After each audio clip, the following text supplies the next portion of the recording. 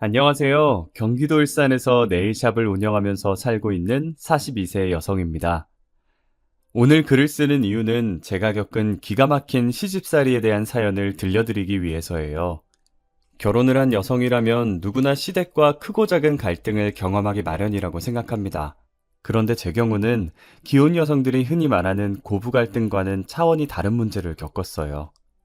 돈 없고 가난한 집에서 태어났다는 이유만으로 저는 서러운 일을 참 많이 당했습니다. 없는 사람들끼리 모여 사는 뒷골목만 전전하면서 살았던 탓에 어렸을 때는 사람들이 전부 저희 집처럼 산다고 생각해서 가난한 걸 당연하게 여겼습니다. 하지만 사춘기가 지나고 철이 들면서 돈이 없으면 얼마나 무시당하고 사람 취급을 못 받는지 알게 되었습니다. 일용직 노동을 하는 아버지의 수입은 일정치 않아서 엄마가 식당 일을 하면서 생활비를 벌어오셨죠. 저도 그런 집안 사정을 잘 알고 있어 힘들어하고 있을 때였어요. 학교를 마치면 독서실로 가서 밤늦게까지 공부를 하곤 했죠. 제 방이 따로 없어서 공부하기 힘들어하니까 없는 형편이었지만 엄마께서 독서실을 끊어주셨어요. 평소처럼 독서실에서 공부를 마치고 엄마와 같이 집에 가려고 식당으로 갔는데 어떤 아저씨가 서빙을 하는 엄마의 손을 잡고 억지로 자기 옆에 앉히려고 하더라고요. 내일 모레 50인 여자 얼굴이 왜 이렇게 고운 거야? 조금만 꾸미면 처녀라고 해도 믿겠어. 자, 앉아서 술 좀 따라봐. 사장님, 도대체 왜 이러시는 거예요? 제가 지금 바빠서 앉아있을 수가 없어요. 어허, 아무리 바빠도 단골 손님은 챙겨야지. 엄마가 싫다고 해도 환갑을 넘긴 것 같은 아저씨는 막무가내였어요. 끝까지 엄마의 손을 잡고 놔주지 않더라고요. 식당 여주인도 보고만 있는 게 손님 시중을 들어주라고 눈치를 보내는 것 같았어요. 엄마가 하는 수 없이 술을 따라주었는데 아저씨는 노골적으로 엄마를 바라봤습니다. 어, 어딜 보시는 거예요? 이러지 마세요. 수치와 모욕감을 느낀 엄마가 바로 자리에서 일어서자 아저씨가 화를 내면서 상을 엎어버렸어요. 야, 누가 연애를 하자고 했어? 말동무나 해달라는데 왜 이렇게 비싸게 굴어? 에이, 술맛 다 떨어졌네. 아저씨는 기분을 잡쳤다면서 계산도 하지 않고 나가버렸어요. 돈을 못 받은 게 분했는지 여주인이 엄마를 불러서 몰아세우더라고요. 이런 일 하다 보면 단골 손님들 비위도 맞춰줘야지. 뭐가 잘났다고 손님한테 대들어? 이따위로 할 거면 나오지 마. 너 때문에 손님 더 떨어지면 어쩌려고 그래? 여주인이 거세게 몰아붙이자 엄마는 그저 죄송하다고 사과를 할 뿐이었어요. 저는 식당 밖에서 모든 걸 지켜보고 있을 수밖에 없었답니다. 이게 다 나 때문이구나. 날 키우느라 내가 대학 가겠다고 공부하느라 엄마가 저 고생을 하는구나 싶더라고요. 그래서 저는 그날 대학 진학을 포기했어요. 하루라도 빨리 돈을 벌어서 지긋지긋한 가난에서 탈출하는 게 제 인생의 목표였죠. 졸업을 하고 일자리를 찾아 동분서주 뛰어다녔지만 고졸의 사회 경험도 없는 초년생을 받아주는 회사는 없었어요. 다행히 그때 제 사정을 딱하게 여긴 담임 선생님께서 도움을 주셨죠. 고3 담임을 맡으셨을 때 제 집안 고민을 들어주면서 가끔씩 맛있는 것도 사주시고 응원해주신 분이라서 졸업 후 스승의 날에 찾아갔을 때였어요. 모교로 가서 선생님을 뵙자마자 제 취직 걱정을 해주시더라고요. 스승의 날이라고 와준 거야? 취직하느라 여유도 없을 텐데 무슨 시간을 다 내줬어. 안 그래도 취직하기가 힘들어서 포기하려고요. 일단 알바 먼저 해보려고 알아보고 있어요. 아, 그러니 요즘 경기가 안 좋아서 좋은 일자리 찾는 게 쉽지가 않더라. 제가 시무룩하게 고개만 끄덕이고 있으니까 선생님께서 잠시 생각하시더니 제 일자리를 알아봐 주시겠다고 하더라고요. 내 지인의 지인이 사업을 하고 있는데 사무일을 맡아줄 격리가 필요하다고 하더라. 내가 한번 알아봐 줄게. 정말요? 말이라도 감사해요. 저를 생각하는 선생님의 배려는 고마웠지만 크게 기대하지 않았어요. 그런데 며칠 후에 선생님께서 그 회사로 가서 사장을 만나보라고 하시더라고요. 기쁜 마음으로 사장님을 보러 갔는데 생각보다 면접 자리가 편안하더라고요. 사장님께서 저를 보더니 예쁘다, 야무질 것 같다, 귀엽다는 칭찬을 해주셨어요. 무섭고 딱딱한 분위기일 것 같아서 전날에 잠도 잘 못 잤는데 괜히 긴장했다는 생각이 들었어요. 정수미, 네가 수미구나. 앞으로 같이 일할 사람이니 말 놔도 되겠지? 네, 그럼요. 저를 본 사장은 대뜸 말을 놓겠다고 한 게 좀 그랬지만 어른이니 그러려니 했어요. 사장님께서는 선생님을 통해서 저에 대해서 모두 들었다고 하시더라고요. 봐서 알겠지만 작은 무역회사야. 일은 크게 힘들지 않을 거야. 문제가 생기면 나하고 상의하면 돼. 내일부터 나와. 네? 이렇게 바로요? 왜? 다른 직장 구했어? 아니요, 그건 아닌데. 그럼 내일부터 출근하면 되겠네. 사무실 주소는 문자로 보내줄게. 지금 생각해도 참 이상한 게 몇 마디 물어보지도 않고 출근을 하라고 했거든요. 그런데 저는 첫 직장이라 세상 물정 모르고 시작을 했던 것 같아요. 다음 날부터 사장님이 알려주신 주소로 출근했는데요. 지금 생각해도 정말 기억하고 싶지 않네요. 사장님께서는 절 딸처럼 생각하신다면서 계속해서 저에게 추근덕댔어요. 간단한 복사와 팩스 보내는 법을 알려주신다더니 제 손을 만지려고 애쓰더라고요. 너무 무서워서 하지 말라고 소리치고 싶었지만 입이 떨어지지 않더라고요. 내일은 절대 출근하지 않으리라 생각하면서 퇴근하는 시간만 기다렸어요. 그런데 사장님께서 퇴근 시간까지 절 붙잡고 안 놔주셔서 깜짝 놀랐어요. 지금 어디 가려고? 내가 데려다 줄게. 아니다. 퇴근하고 뭐해? 같이 저녁 먹고 가라. 집에 가야 해요. 이거 놔주세요. 내가 뭘 했다고 그래. 손만 살짝 스쳤구먼.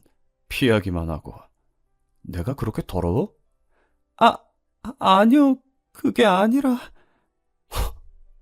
울긴 왜 울어? 내가 뭘 했다고. 나는 딸같이 챙겨주려고 그랬던 거야. 어디 가서 나 때문에 울었다고 하기만 해봐. 제가 눈물을 흘리니까 사장님도 선생님이 생각났는지 절 놔주시더라고요. 면접 때부터 이상하다고 생각했었는데 출근을 한 게 참 바보 같았죠. 지금은 안 그러지만 그때는 너무 어렸고 세상 물정 몰랐어요. 지금 저에게 그런 일이 일어났다면 통쾌하게 한 방 먹여줬을 텐데 말이죠. 당하고만 있던 게 얼마나 분했는지 가끔 그 사장의 얼굴이 아른거려서 속이 부글부글 끓는답니다. 퇴근한다며? 얼른 가! 선생님한테 이르면 너 오늘 일한 거 돈이고 뭐고 없다. 이 바닥에서 일 못하게 할 거니까 그렇게 알고 있어. 사장도 제가 서럽게 우니까 다시 안 올 거라고 생각했나 봐요. 담배를 뻑뻑 피면서 제가 가는 모습을 지켜보고 있더라고요. 그날 집으로 가는데 어찌나 서럽던지 회사가 다 이런 곳인가 싶었어요. 제가 1시간 떨어진 집에 도착하니 선생님께서 전화를 주셨어요. 이게 대체 무슨 일이야? 일하다가 갑자기 뛰쳐나갔다며? 선생님께서 무척이나 당황하시면서 제게 무슨 일이 있었냐고 물으셨어요. 근데 사장의 얼굴과 사장이 내게 했던 말들이 머릿속에서 떠나지를 않아 한마디도 못했어요. 제가 바보 머저리였죠. 그때 속 시원하게 그 변태가 한 짓을 고발해서 망신을 주는 거였는데 말이죠. 지금의 저라면 뭐? 제가 일하다가 뛰쳐나가요? 마음 같아서는 그 대머리 이마를 신명나게 때리고 싶었는데 참았어요. 날 딸이라고 생각한다고 해놓고 아주 지 마누라 마냥 만지더라고요. 선생님은 어떻게 그런 놈을 소개시켜 주실 수 있으세요? 라고 소리쳤을 거예요. 하지만 그 당시에는 손을 만지거나 허리를 감싸는 것뿐이라서 이걸 말해봤자 소용이 있나 싶더라고요. 무슨 일이 있었던 건 아닌데 일이 잘 안 맞아서 힘들어서 그랬어요. 그래서 이렇게 말해버리고 말았어요. 선생님은 할 말을 잃으셨는지 한숨을 쉬면서 저보고 쉬라는 말만 하시더라고요. 그 뒤로 담임쌤과 연락도 끊겼어요. 정말 힘든 시기였죠. 사람 만나기가 힘들었고 특히 그 사장과 비슷한 연령대의 남자를 만나면 머릿속이 새까매지는 기분이 들었어요. 취직을 하려고 면접을 보러 가면 항상 사장 또래가 저를 맞이하니 면접을 잘 볼 수 있을 리가요. 회사에 가서 또 부당한 짓을 견디고 있어야 한다는 생각에 사장님이나 대표님의 질문을 해도 한마디도 하지 못했어요. 그래서 바로 취업을 하지 못했답니다. 혼자서 할 수 있는 일이 뭐가 있을까 생각했는데 매일 가던 편의점이 생각나더라고요. 그곳에서는 사장 또래가 안 보였고 30대 정도 되어 보이는 남자가 늘 카운터를 보고 있었거든요. 그래서 급한 대로 편의점에서 알바를 시작했어요. 편의점 사장님은 31살의 젊은 남자였어요. 사장님은 남자치고는 말이 많은 편이어서 수다스럽다는 느낌이 들 정도였어요. 사장님과 같이 일할 때 힘든 점이 한 가지 있었어요. 그가 재미없는 농담을 해도 웃어줘야 한다는 겁니다. 수미야, 내가 재밌는 얘기 해줄까? 사장님은 정말 재미있는 이야기라고 했지만 제가 이미 알고 있는 것이었죠.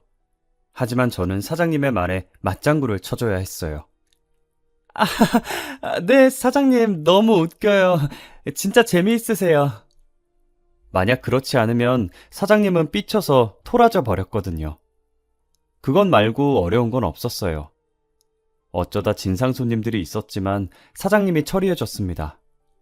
수미야, 우리 둘만 있을 때는 편하게 오빠라고 불러. 아, 그래도 사장님인데. 야, 우리 사이에 뭐 어때? 괜찮아.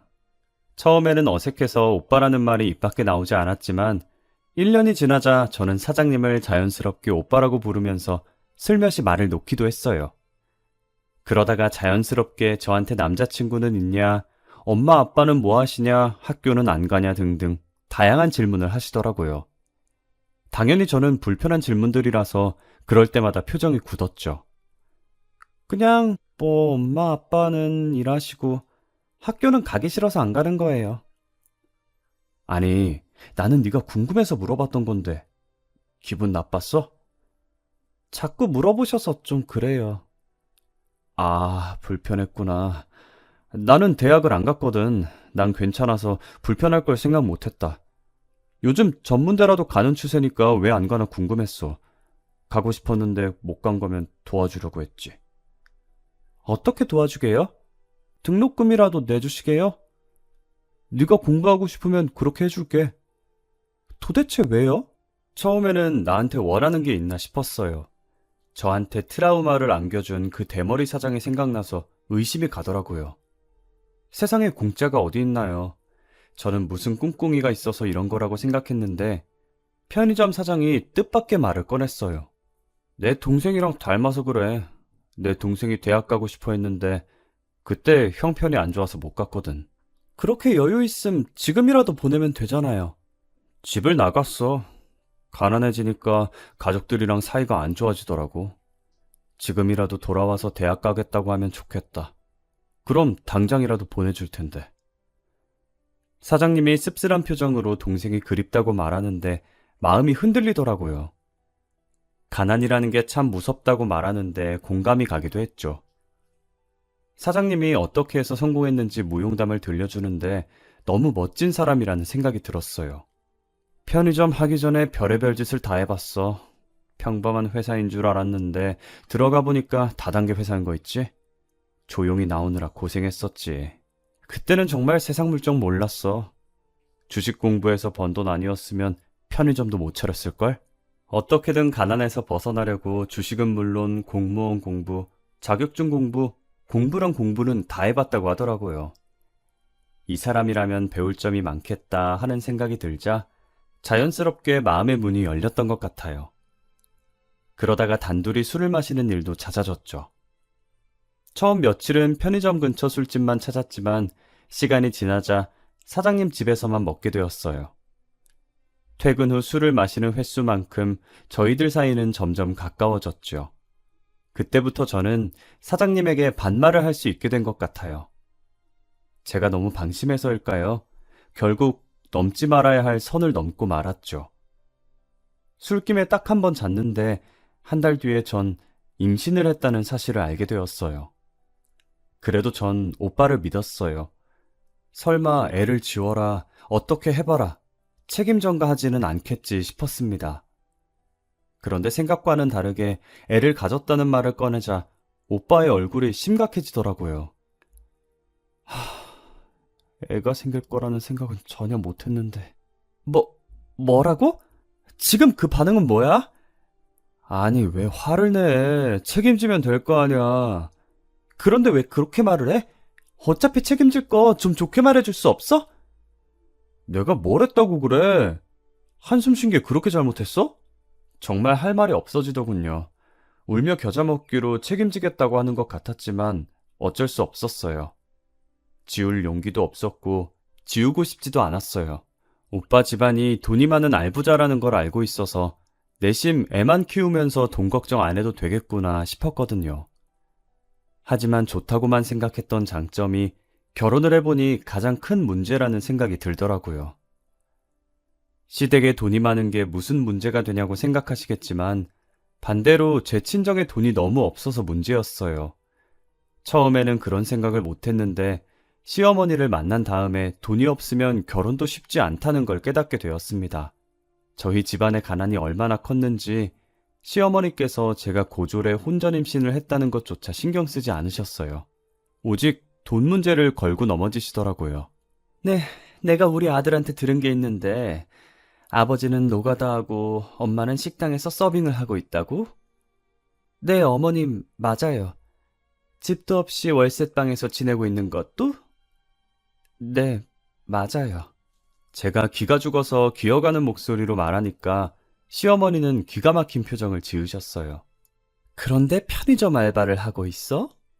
나이도 젊은 게 어디 취직도 안 하고? 하고 싶은데 사정이 있어서. 사정은 무슨 사정?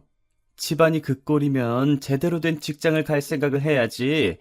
편의점 알바로 하루 벌어서 하루 먹고 살 생각하면서 어떻게 딸을 시집 보낼 생각을 하니? 너도 그렇고 네 부모는 염치라고는 없는 거니? 시어머니는 첫 대면인데도 대놓고 모욕적인 말을 퍼부으셨어요. 그런데 또 맞는 말이라 할 말이 없더라고요. 그래놓고 우리 아들을 꼬셔? 임신도 네가 하고 싶어서 한 거지? 우리 아들이 돈 있어 보이니까? 그런 거 아니에요. 긴 말 할 거 없어. 난 이 결혼 반대야. 없어도 이렇게 없는 집안하고 사돈 맺었다가는 우리 집안까지 거덜나고 말 거야. 엄마, 그게 무슨 소리야? 요즘 세상에 돈으로 결혼하는 사람이 어딨어? 그리고 애를 가졌는데 그냥 두면 어쩌라고. 이 녀석이 뭘 잘했다고 큰 소리야. 애 때문에 저런 거지 발싸개 같은 것한테 발목 잡혀서 평생을 살겠다는 거니? 시어머니는 단호하게 나오니까 잠자코 보고만 있던 아주버님까지 나오시더라고요. 엄마, 엎질러진 물이야. 진호가 성급했던 건 맞지만 재수 씨를 미혼모로 만들 수는 없잖아. 그러면서 이 동네에서 나고 자랐는데 소문이라도 나면 어쩌냐고 귓속말을 하는 거 있죠. 아주버님이 편의점도 이제 자리 잡아서 장사가 잘 되고 있다고 다 들리게 속닥거리시더라고요. 이보다 좋은 부지도 없다면서 지금 하고 있는 식당도 옮기면 우리가 손해라고 쑥덕거리는데 일부러 들으라고 하는 말인지 속이 상해서 고개만 숙이고 있었습니다. 그러니까 시어머니께서 탐탁지 않은 얼굴로 저를 부르시더라고요. 나는 며느리가 집안에서 놀고 먹는 꼴은 못 본다. 결혼하면 내 식당에 나와서 일하거라. 식당이요? 그래, 우리 집안이 잘 사는 건 알고 있고 내가 땡땡 식당 운영하고 있는 거는 모르고 있었나 보지? 시어머니가 비꼬는 말을 들으니 정신이 번쩍 뜨이더라고요. 땡땡 식당은 동네에서 맛집으로 유명한 큰 식당이었어요. 그 식당이라면 꽤 오랫동안 돈을 갈퀴로 모았을 텐데 제가 남편을 쳐다보고 있으니 어색하게 웃기만 하더군요. 제 예상이 맞았어요. 남편이 예전에 어려웠고 동생이 대학을 못 갔고 했던 것들이 다 거짓말이었던 거였어요. 제가 시댁을 나오면서 왜 거짓말했냐고 물어보니 남편이 오히려 뻔뻔하게 나오더라고요. 아니, 내가 언제 그런 말을 했어? 술 먹다가 헛소리한 걸 잘못 들은 거 아니야? 이런 작자한테 넘어가 임신을 하다니 그저 제 외모만 보고 한번 잤으면 해서 이런저런 말로 제 마음에 들려고 떠본 거였어요. 제가 대학 이야기나 돈 이야기, 집안 이야기를 할 때마다 퉁명스럽게 변하고 옷도 추레하게 입으니 이런 이야기를 하면 좋겠다 생각했던 거죠. 당신 거짓말하니까 좋아? 나랑 자려고 별수를 다 썼구나. 남편은 제가 비꼬는 말을 내뱉었는데도 끝까지 그런 말 한 적 없다고 하더군요. 제가 식당은 왜 말 안 했냐고 물어보니까 원래 그 식당은 시아버지 소유였는데 몇 년 전에 시아버지가 세상을 떠나면서 시어머니께 유산으로 물려주었다고 해요. 그래서 자기 거가 아니라 시어머니 거라고 하더라고요. 왜 이렇게 기분 나빠해? 오히려 좋아해야 하는 거 아니야? 이 동네 사람들 외식하면 무조건 땡땡 식당으로 오는 거 너도 알고 있잖아. 알고 있어서 할 말이 없었어요. 남편은 기억이 나지 않는다고 우기지 식당에서 나오는 수입도 엄청나지. 제가 여기서 무슨 말을 하겠어요. 저와 제 아이가 버려질 뻔했지만 이 맛집 때문에 우여곡절 끝에 결혼을 하게 되었으니까요. 다행이라고 생각하려고 노력했죠. 하지만 그때부터 가시밭길 같은 저의 시집살이가 시작되었어요. 시어머니는 임산부인 제 사정은 조금도 생각해주지 않고 식당 일을 시켰습니다. 옛날에는 애를 낳기 바로 전날까지 밭에서 일을 했다. 애 가졌다고 핑계대면서 게으름 피울 생각은 안 하는 게 좋을 거다. 저는 시어머니의 감시를 받으면서 식재료들을 옮기거나 다듬어야 했죠. 청소와 서빙까지 잠시도 쉬지 못하고 몇 사람 몫의 일을 해야 했어요. 어찌나 저를 부려먹던지 식당 직원들도 저를 애처로운 눈빛으로 바라볼 정도였습니다. 제가 눈물을 흘리면서 양파를 깠다, 대파를 다듬었다, 정신없이 일을 하고 있으니 얼굴에 흐른 눈물과 땀까지 대신 닦아주셨습니다. 아휴, 애 가진 며느리한테 너무하는 거 아니야? 저러다 애 떨어지면 어쩔 거야. 이제 익숙해져서 괜찮아요. 저는 재료 손질하고 갈 테니까 얼른 먼저 퇴근해 보세요. 에휴, 이걸 다 언제 하려고 퇴근하래. 같이 하자. 이런 식으로 제가 할 일을 도와주신 적이 많이 있었습니다. 시어머니는 카운터에 앉아서 탱자탱자 놀면서 말만 많다, 성질이 더럽다, 텃세가 심하다, 뒤에서 험담을 하는데 속이 시원할 때가 많이 있었습니다. 하지만 그것도 잠시, 식당이라는 아주머니들보다 시어머니를 더 많이 보니 제 속은 썩어 문드러질 것 같았어요. 야, 이리 와봐. 진호가 편의점 알바를 뽑겠다는데 내일부터는 편의점에도 나가라. 괜히 비싼 돈 들여서 사람을 쓸 필요 없잖아? 주방보조 일을 하고 있는 저를 다짜고짜 부르더니 편의점 일도 하라는 거 있죠? 정말 어이가 없는 말이었어요. 홀몸도 아닌 제게 식당 일을 마치고 밤에는 편의점에서 남편을 도와주라뇨. 네? 어머니, 저 홀몸이 아니라서 힘들어요. 제가 그럴 수 없다 조심스럽게 이야기하니 남편도 옆에 서서 짜증을 내더라고요. 엄마 미쳤어? 지금도 힘들게 일하는데 편의점에 나와서 두탕을 뛰라는 거야? 그러다 유산이라도 하면 어쩌려고 그래? 넌 닥치고 가만히 있어. 자꾸 대들면 편의점 팔아버릴 거야. 내가 애야? 왜 자꾸 편의점으로 협박하는데? 뭐 협박? 그러니까 주식한다, 자격증 공부한다, 공무원 한다 나댈 때부터 잘했어야지. 집에서 노는 놈 편의점 줬더니 뻔뻔 실없네. 식당 잘 안 돼서 빚더미 나 앉았을 때를 생각해봐. 너 그때였으면 집도 없이 길바닥에서 잤어야 돼. 그 말을 듣는 순간 제가 바보 같더군요. 남편이 한 말이 전부 다 거짓이라는 생각이 들었습니다. 저한테 잘 보이려고 주식해서 벌어놓은 돈으로 편의점을 시작했다고 말했나 봅니다. 자격증이니 공무원이니 말만 번지르하게 해놓고 호감을 산 남편이 미웠죠. 하지만 한편으론 잠시나마 남편을 성실하고 멋지게 본 제가 바보같이 느껴졌습니다. 남편도 찔렸는지 제 눈치를 보면서 소리치더군요. 여기서 그 말이 왜 나와? 대학 보내준다고 할 때 대학이라도 가지. 나이 먹고 대학 가는 게 뭐가 창피하다고. 그냥 너 같은 놈은 지원해주지 말 걸 그랬다. 취직도 싫다고 고집 피우는 놈을 내가 뭐가 예쁘다고. 시어머니의 독한 말에 남편은 입을 다물어야 했어요.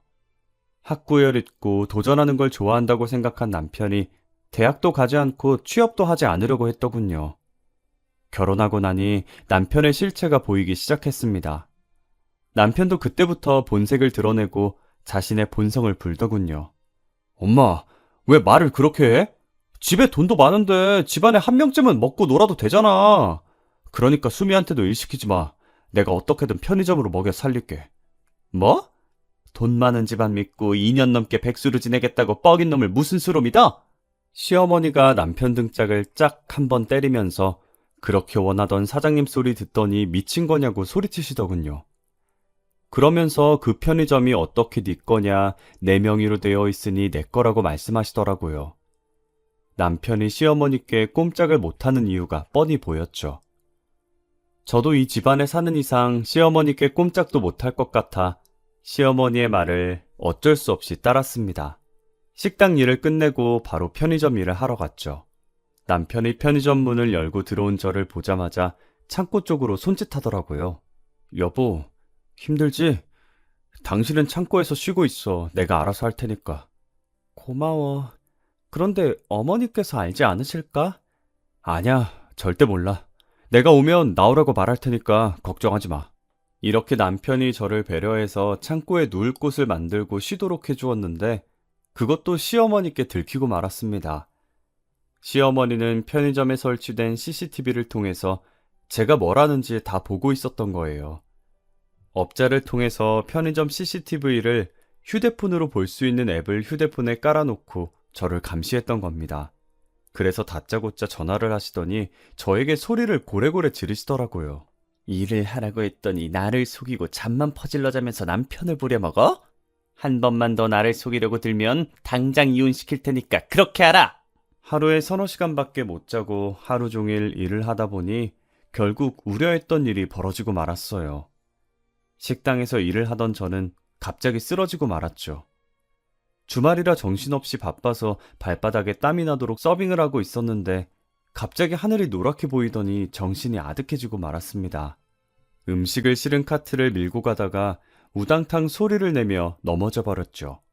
병원에서 눈을 뜨자마자 의사가 저를 보더니 빈혈이 심각하다고 했습니다. 왜 이렇게 무리하셨어요? 이제 막 7개월을 넘겼으니 지금부터가 고비예요. 철분 보조제 꾸준히 먹고 무리하지 말고 쉬셔야 합니다.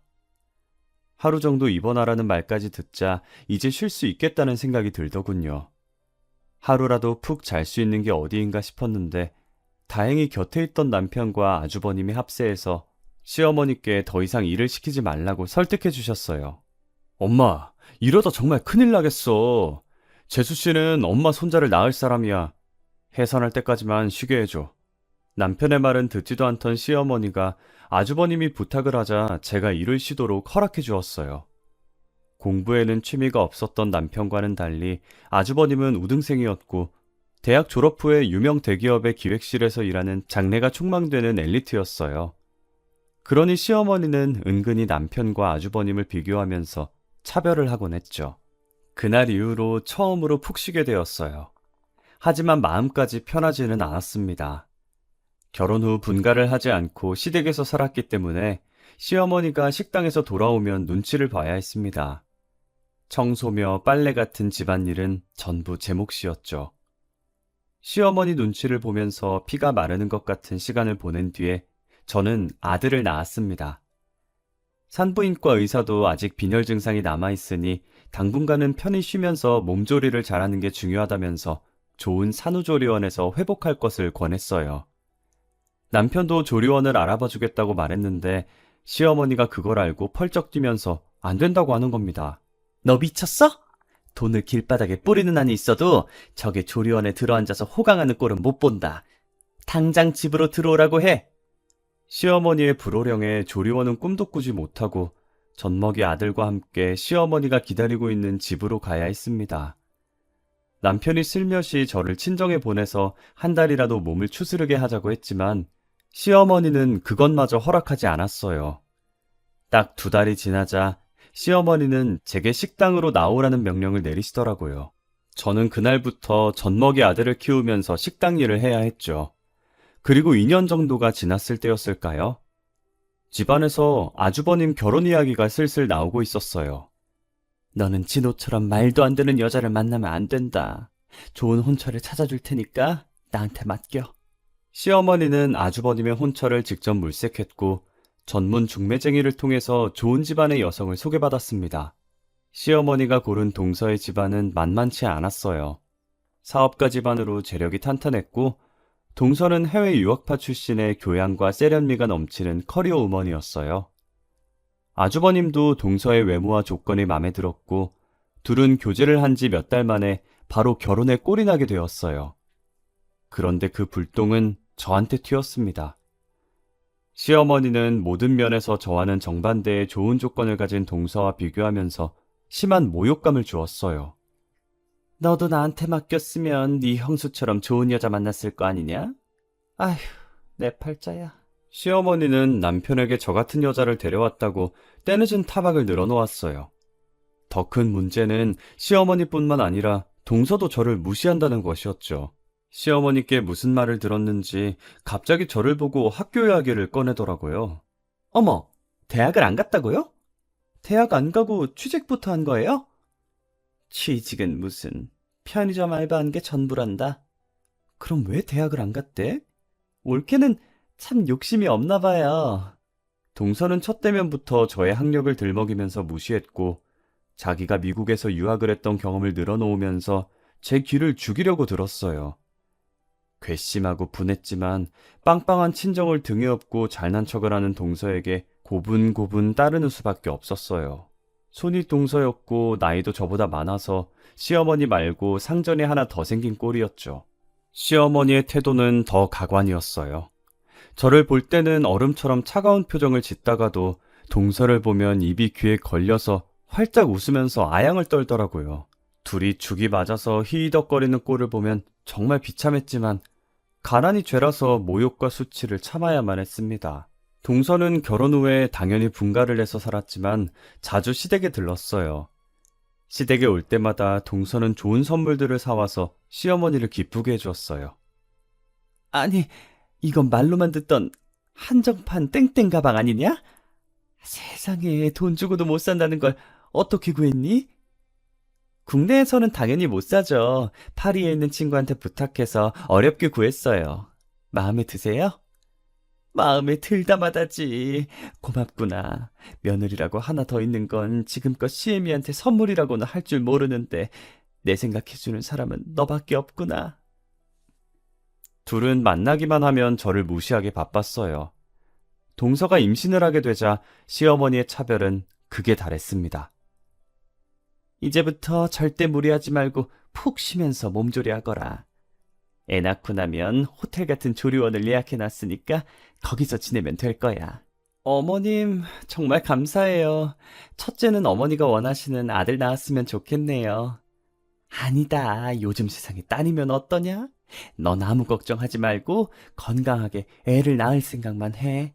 아무리 제가 내세울 것 없다고 해도 며느리인데 대우하는 게 이렇게 다를 수가 있는지 기가 막히고 억울하기만 했어요. 동서는 출산을 했는데 아쉽게도 딸이었어요. 하지만 시어머니는 그저 좋아라 하면서 웃기만 하셨죠.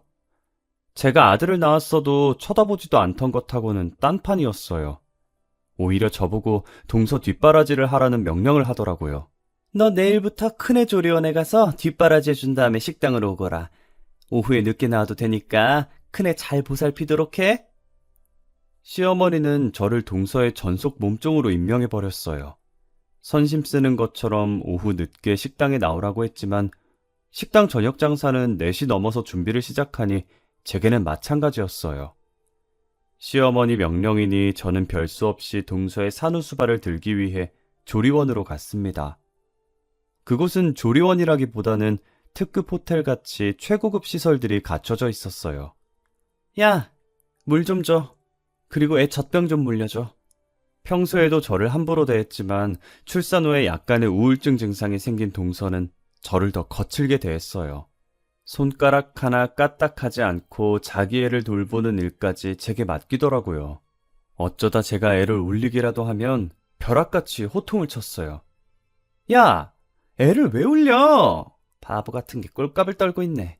정말 성질대로 하면 뺨을 후려갈기고 싶었지만 그랬다가는 제 인생이 박살나게 되니 초인적인 힘으로 동서의 구박을 견뎌냈어요.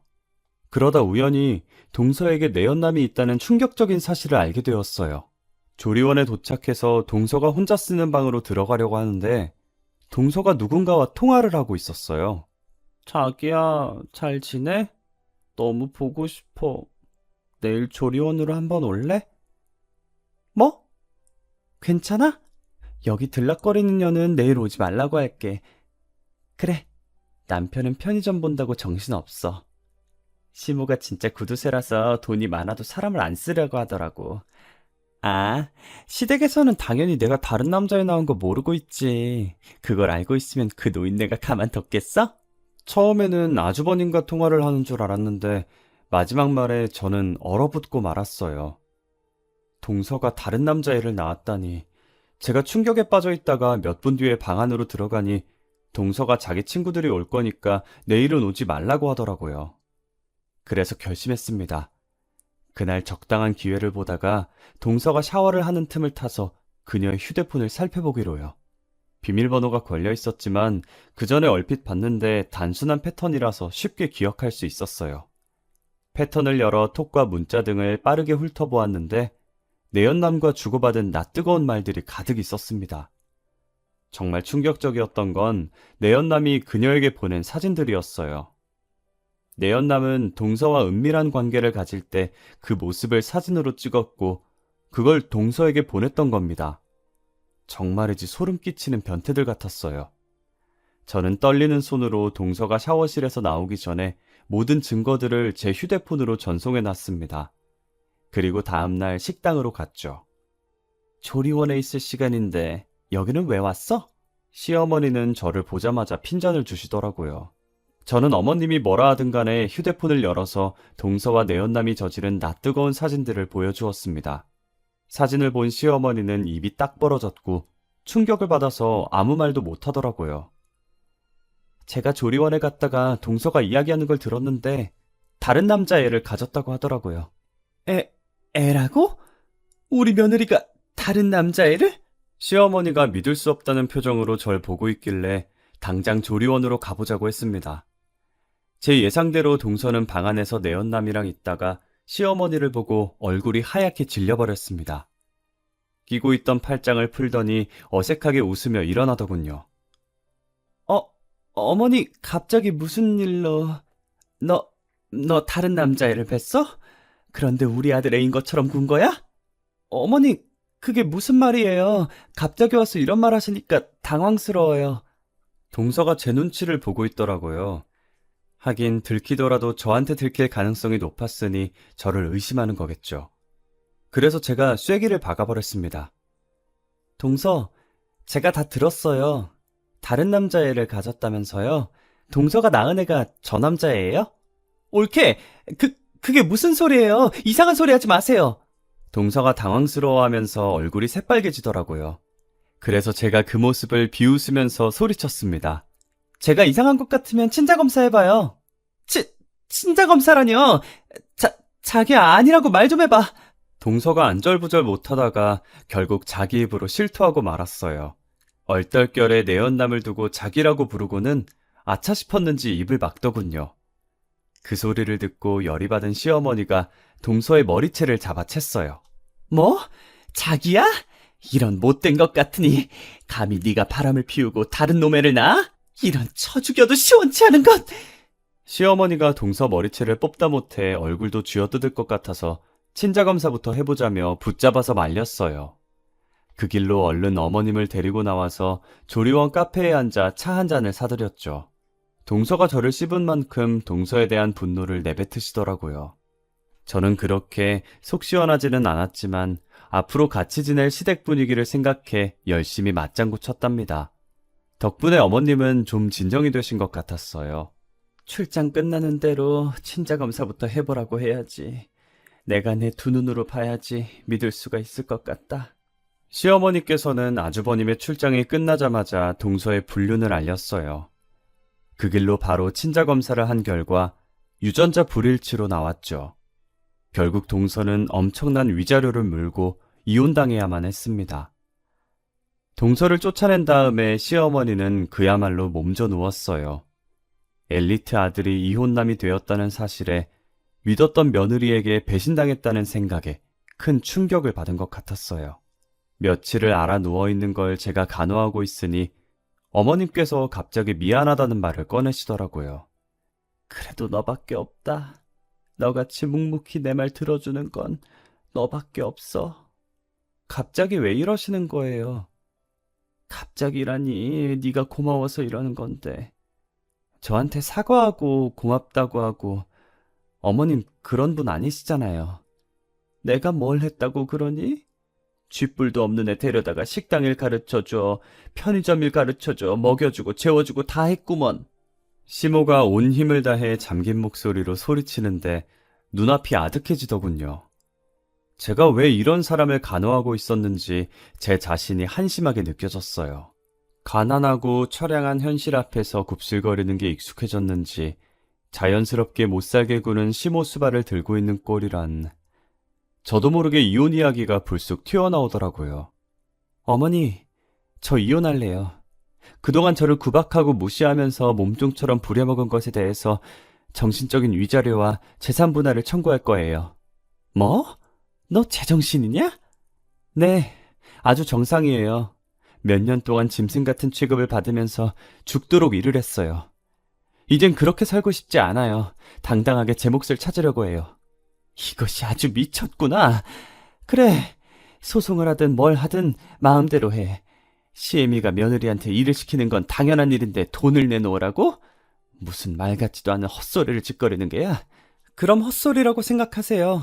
어머님도 미친 사람이랑 살기 싫을 테니까 제가 나가서 살게요. 그 길로 단촐하게 짐을 싸서 나갔던 것 같아요. 돈 한 푼 없어서 찜질방에서 살거나 PC방에서 뜬 눈을 지샜지만 시댁에서 살 때보다 마음 편했어요. 시댁을 나온 뒤로 일도 술술 풀리더라고요. 시어머니는 재산 분할은 어림도 없다고 버텼지만 법원에서는 제 손을 들어주었죠. 결혼 후 아들을 키우면서 하루도 쉬지 않고 시어머니의 식당 일을 했던 것과 그동안 당한 인격적인 모욕에 대한 정신적인 보상을 받게 되었습니다. 이제 혼자서 아들을 키워야 해서 뭘 할까 고민하다가 받은 위자료로 평소에 관심이 있던 네일 아트를 배우게 되었습니다. 그리고 2년이 흘러 네일샵까지 차리게 되었네요. 3년이 지난 지금은 고정 고객들이 꾸준히 늘어서 저와 아들이 먹고 사는데 큰 지장은 없답니다. 제가 한많은 시집살이를 정리한 뒤에 느낀 건 며느리는 절대로 죄인이 아니라는 거예요.